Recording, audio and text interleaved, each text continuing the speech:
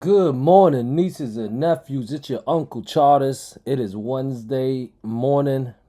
Short, short trading week, but it's already starting off incredible, guys.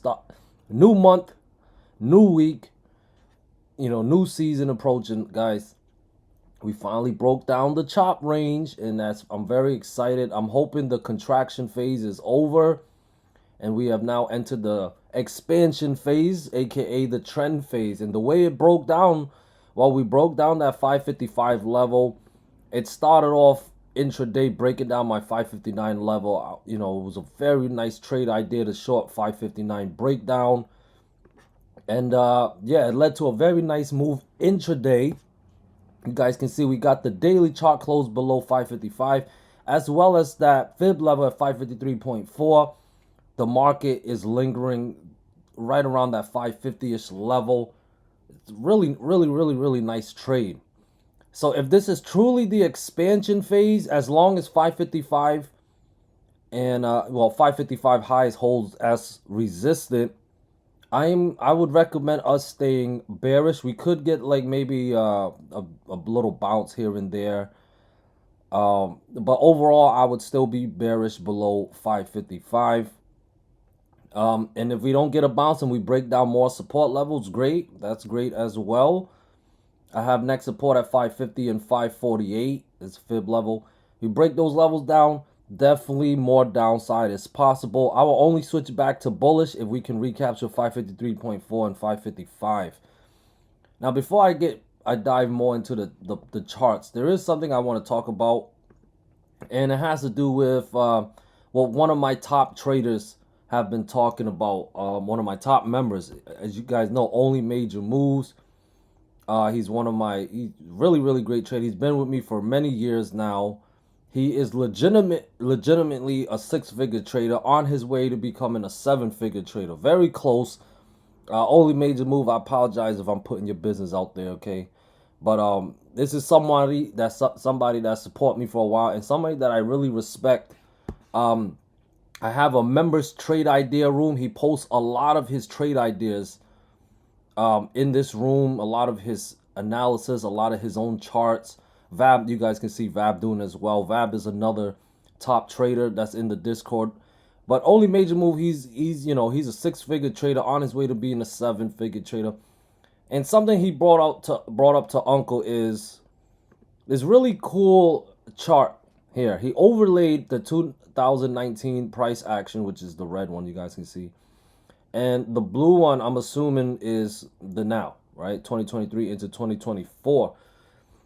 It's very creepy how similar the price action of 2024 has been compared to the 2019. Even the pullback has been very similar. Around this time, around early September, heading into like maybe mid to late September, it's supposed to be a consolidation month. As far as for 2019, that was the case, and it's saying around this time we should get a pullback, and it's amazing how we literally broke down the chop phase yesterday. So based on this graph, it's looking like 2024 so far is still tracking. Keyword is tracking here, because it's not going to be moving pinpoint accurate to each other, but the overall price action is very similar. Okay, so that's something I definitely want to I think is worth noting, because when you see price action like this, it could get us too excited. We get a little too biased, bear bias, get a little too bull bias. You know what I mean? We got to remember to be sheeps and just be open-minded to any scenario. Okay, so I mean, I tell you this: if 2019, right, you guys can see towards the end of 2019, it ended really bullishly. So 2024 continues to track. It's very possible that the end of 2024 could be bullish as well. But you guys already know, we gotta combine it with the price action. Right now, it's looking bearish, and bears are in control. We're possibly in the expansion phase, a bearish expansion phase, and if it does end up being a bounce, like I said, we gotta recapture 553.4 and 555. And then maybe I'll favor a higher low, and we can go back to all-time highs. All right, guys. So that's the plan for SPY.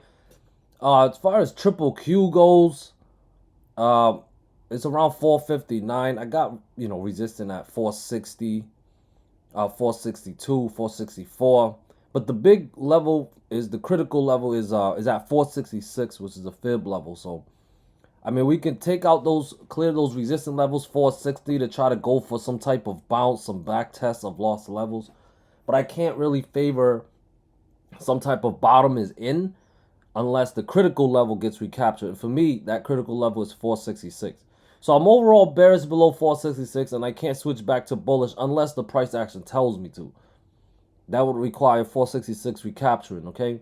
But overall, as of right now, as long as below 460, my next targets are 458 and 456. 456 is a fib level.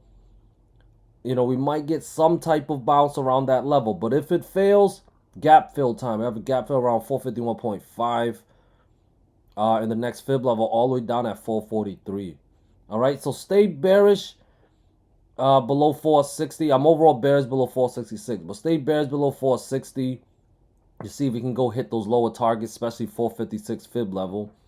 And if we are going to get some type of back test or some type of bounce, 460 must recapture to put 462 and 464, and of course 466 in play. Play it level to level if you're going to go against the trend. But I can't fully get bullish, like I said, unless 466 recaptures. And here is Tesla. Despite the big green day we had last Friday, yesterday Tesla came back. The bears came back. Was like, nope. It almost looks like a dark cloud candle, but not quite a dark cloud candle because of that wick. But the price action is pretty similar. And if it's going to stay bearish, price needs to stay below 210 and 212 highest. I'd be overall bearish as long as below 212. But staying below 210 would be great for bears. And breaking down 208 would definitely be bearish. Follow through, putting 206.5, 205. And we could possibly go all the way back down to 203 and 200. All right, but we're going to have to break down 208. If you are to get a bounce, then both 210 and 212 must recapture to put 214 and 216 in play. Now, since 216 is a fib level, I cannot favor a bottom is in unless 216 clears as well. All right, guys. NVDA has been looking bearish, and it continued to look bearish yesterday, breaking down another fib level. I'm overall bearish as long as below 110. I cannot, trust a bounce unless 110 is recaptured. 108 is first resistant, but 110 is the critical fib level. Clear those levels, and then maybe I'll favor some type of bounce, some type of relief bounce. But as long as below 110, it's possible this selling pressure will continue. Staying below 108 would help as well. Breaking down next support at 106 and 104 will put the next fib level at 102.5 in play. And then I have 101 and 99 below that.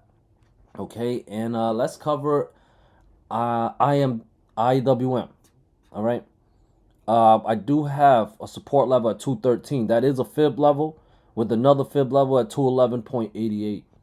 If those levels fail, the sell-off continues. All right, this little high we had back in August 26th is looking like a lower high compared to what we had an all-time high. And if that is the case, then more downside is possible, but we'll need to break down 213 and 211.88 to put 210 and 207.5 in play, possibly lower. To trust the bounce, 215 and 216.73 must recapture. Okay, I'm gonna trust 217. All right, so 215 and 217 must recapture. Those levels clear, then I'll favor more upside up to 218. 220 and 222 would definitely be a possibility. All right, guys, so that is my morning analysis, guys. Remember to follow the price action. The sheep principle is this: you know the levels, you know the setups beforehand, and then you trade it unbiasedly in real time. All right, guys, good luck today. Peace.